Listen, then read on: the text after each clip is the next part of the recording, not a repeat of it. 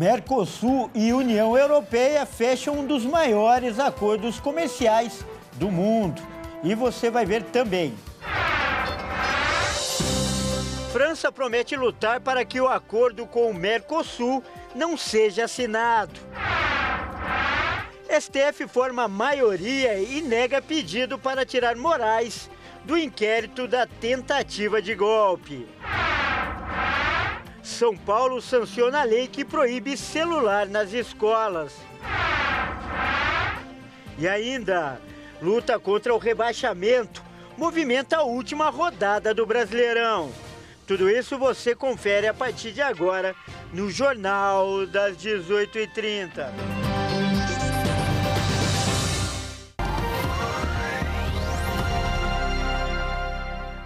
Olá, seja muito bem-vindo. Nós estamos ao vivo, agora são 18 horas e 37 minutos pelo horário de Brasília.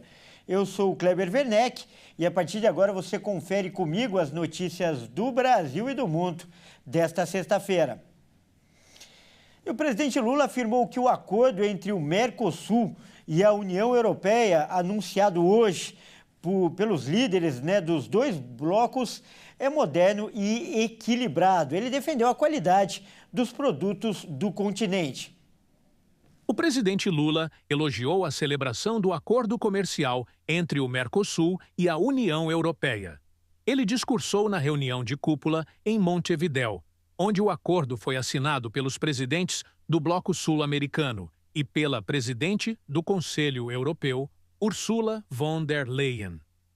Lula lembrou que o acordo cria uma das maiores áreas de livre comércio do mundo, em que as economias juntas representam um PIB de 22 trilhões de dólares.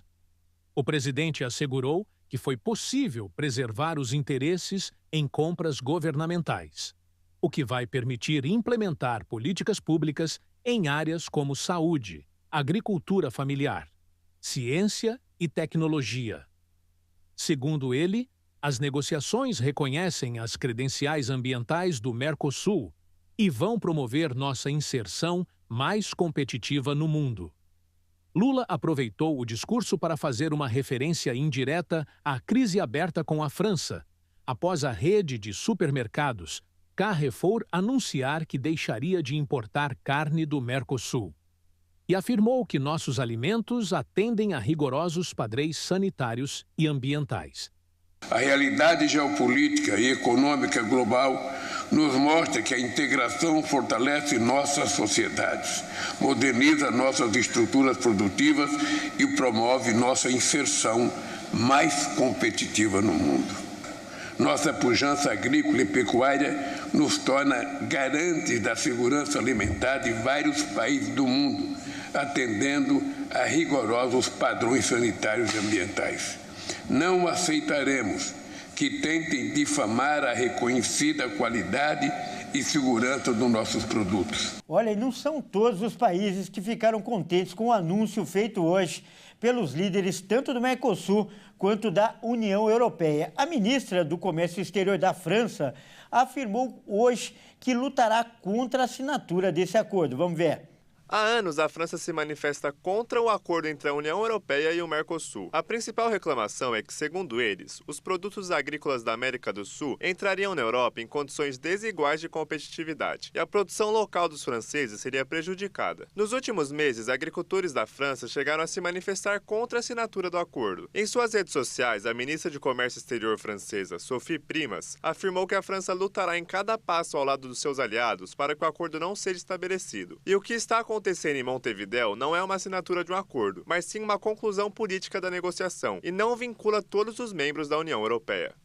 E para falar mais desse assunto tão importante, nós vamos conversar agora com o professor Vladimir Feijó, ele que é especialista em política internacional. Boa noite, professor Feijó, seja muito bem-vindo, sempre um grande prazer tê-lo aqui no nosso jornal. Prazer também, Kleber, obrigado, boa noite. E, professor, primeiro, então, qual é a sua avaliação sobre esse acordo? Alguns especialistas, inclusive, já classificam como o maior acordo comercial do mundo. Acima de tudo, Kleber, é um momento necessário. Tanto a União Europeia quanto o Mercosul andavam muito criticados por estarem paralisados, sem ter projetos ou conseguir dar passos adiante. Em um cenário global de dificuldades econômicas e de potencial guerra comercial, protecionismo, Estados Unidos, China, etc., é importante mostrar que a cooperação, ou seja, a divergência entre os países, pode ser substituída por um jogo ganha-ganha, portanto, firmando um acordo comercial, em especial um acordo tão abrangente que inclui, dependendo do país, 70% a 93% do que se importa e exporta, passando a ter imposto zero. Isso realmente gera muitas novas oportunidades e certamente vai liberar dinheiro para ser gasto com outras coisas em vez de ser gasto com imposto. Olha, qual foi o papel do Brasil para a firmação desse acordo? É bom a gente lembrar, né, que o governo brasileiro está comemorando bastante a articulação das conversas. Em especial porque o que havia de memorando de 2019, segundo a atual gestão, não era benéfica aos interesses do Brasil, não nos preservava no setor da indústria, especificamente o setor automotivo, e nas possibilidades do governo brasileiro, que tem que gerir um território imenso, muito maior do que qualquer país do bloco europeu, portanto, com diversidades regionais, usando os programas de compra governamental para priorizar, por exemplo, a agricultura familiar nas compras de merendas para escolas, ou mesmo para incentivar a produção local em algumas obras de infraestrutura. E, portanto, o governo considera que obteve uma boa vitória ao conseguir que os europeus fizessem concessão nesse tema que era espinhento. E olha, por outro lado, a gente também viu aí na reportagem uma grande oposição ao acordo, principalmente por parte da França, que prometeu, inclusive, lutar contra a assinatura. O acordo corre risco? Kleber, ele tem que ser aprovado pelo Conselho Europeu, que tem os chefes de Estado, e depois pelo Parlamento Europeu. Existe, pela regra da União Europeia, a chamada minoria de bloqueio. Se 4 dos 27 países e, dentre esses 4, se somar pelo menos 35% da população da União Europeia, o acordo não segue adiante. Como a gente sabe que o governo da Itália, o governo da Polônia, o governo da França e o governo da Hungria são críticos a esse processo, e são grandes territórios com grandes populações, é possível sim que ele esteja em risco. Porém, Kleber, eu acredito que a diplomacia dos países do Mercosul e os demais países da própria União Europeia devem fazer pressão sobre esses governos nacionais para ceder a essa reticência do bloco, lembrando que ele é um tratado abrangente e as reticências que eles têm na agricultura, a negociação fez ali comprovações extras de que não deveriam ter preocupações. Claro que no campo da política a gente nunca sabe, os chefes de Estado enfrentam oposições crescentes, partidos que a gente por aqui chama de extrema-direita, usando desse acordo, da migração e outros temas sensíveis da União Europeia para tentar ganhar apoio popular em um momento de crise econômica. Tá certo, então, nós acabamos de conversar com o professor Vladimir Feijó, que é especialista em política internacional. Professor, mais uma vez, muito obrigado pela sua participação. Eu que agradeço, Kleber. Que bom que pude contribuir. Abraço. Grande abraço. E olha só, mudando de assunto, o STF formou maioria para rejeitar o recurso de afastamento de Alexandre de Moraes do inquérito que investiga a tentativa de golpe de Estado. O pedido foi feito pela defesa do ex-presidente Jair Bolsonaro. O Supremo Tribunal Federal formou maioria nesta sexta-feira em plenário virtual para negar recurso da defesa do ex-presidente Jair Bolsonaro para respeito do chamado inquérito do golpe. Os advogados pediram que o ministro Alexandre de Moraes, que é relator do caso no STF, seja impedido de julgar o processo, por suposto interesse por constar como vítima no plano do golpe. O pedido tem como relator o presidente do STF, ministro Luiz Roberto Barroso. O julgamento no plenário virtual começou nesta sexta-feira e vai até o próximo dia 13. Por volta das 15 horas, o plenário virtual formou maioria no caso, ou seja, definiu que Moraes pode seguir como relator e participar das decisões ligadas à investigação. Até o início da tarde de sexta, apenas Barroso tinha incluído o voto por escrito no sistema virtual do STF. Os demais magistrados apenas acompanharam a posição. E veja a seguir, São Paulo sanciona a lei que proíbe celular nas escolas. E ainda, luta contra o rebaixamento movimenta a última rodada do Brasileirão. Nós voltamos já.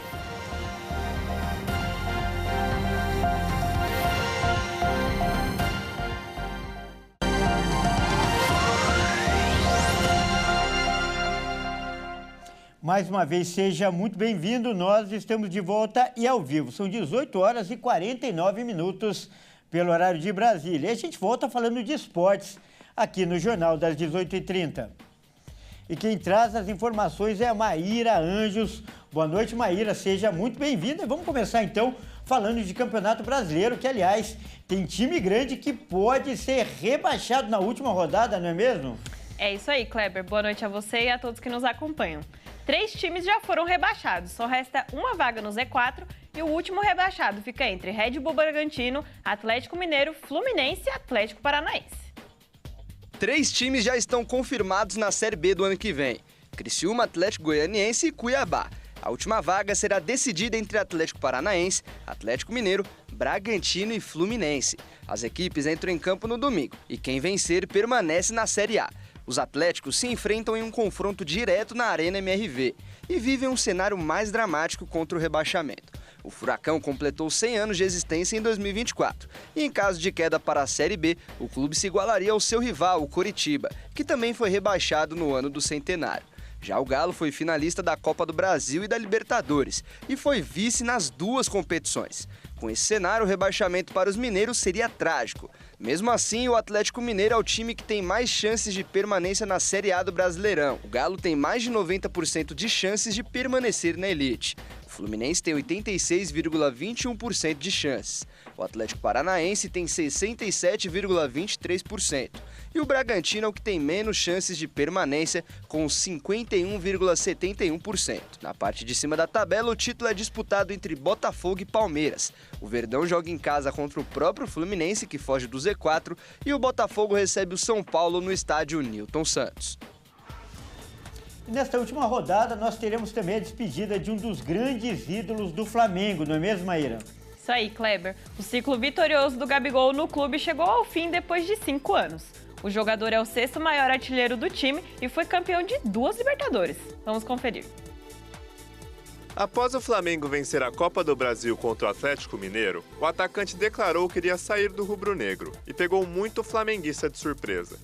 O jogador chegou ao clube em 2019, marcou 160 gols e venceu 12 títulos nesse tempo, incluindo 2 taças Libertadores da América e 2 brasileiros. O principal motivo para o fim dessa era do Gabigol no Flamengo foi a relação estremecida com a diretoria, que até no último jogo do centroavante tiveram desentendimentos. A torcida esgotou os ingressos do Maracanã para o jogo com o Vitória. O camisa 99 pediu para fazer um pronunciamento de despedida para os torcedores, e a direção do clube negou. A decisão foi tomada por medo da repercussão. O Flamengo vai passar por uma eleição no dia seguinte do jogo, e a diretoria tem medo que alguma declaração do jogador atrapalhe a campanha eleitoral. Bom, então quais serão os últimos jogos dessa rodada decisiva aí, os últimos jogos do campeonato, aliás? Tem muita coisa para acontecer ainda, viu, Kleber? Todos os jogos acontecem às 4 horas da tarde. Brigando pelo título, o Botafogo recebe o São Paulo no estádio Newton Santos. Com uma vitória ou empate, o Glorioso é campeão. O Palmeiras enfrenta o Fluminense no Allianz Parque. O Palmeiras precisa de uma vitória e da derrota do Botafogo para se sagrar tricampeão seguido. O Fluminense precisa vencer para permanecer na Série A. O Atlético Mineiro e o Atlético Paranaense se enfrentam na Arena MRV. Os dois lutam contra o rebaixamento.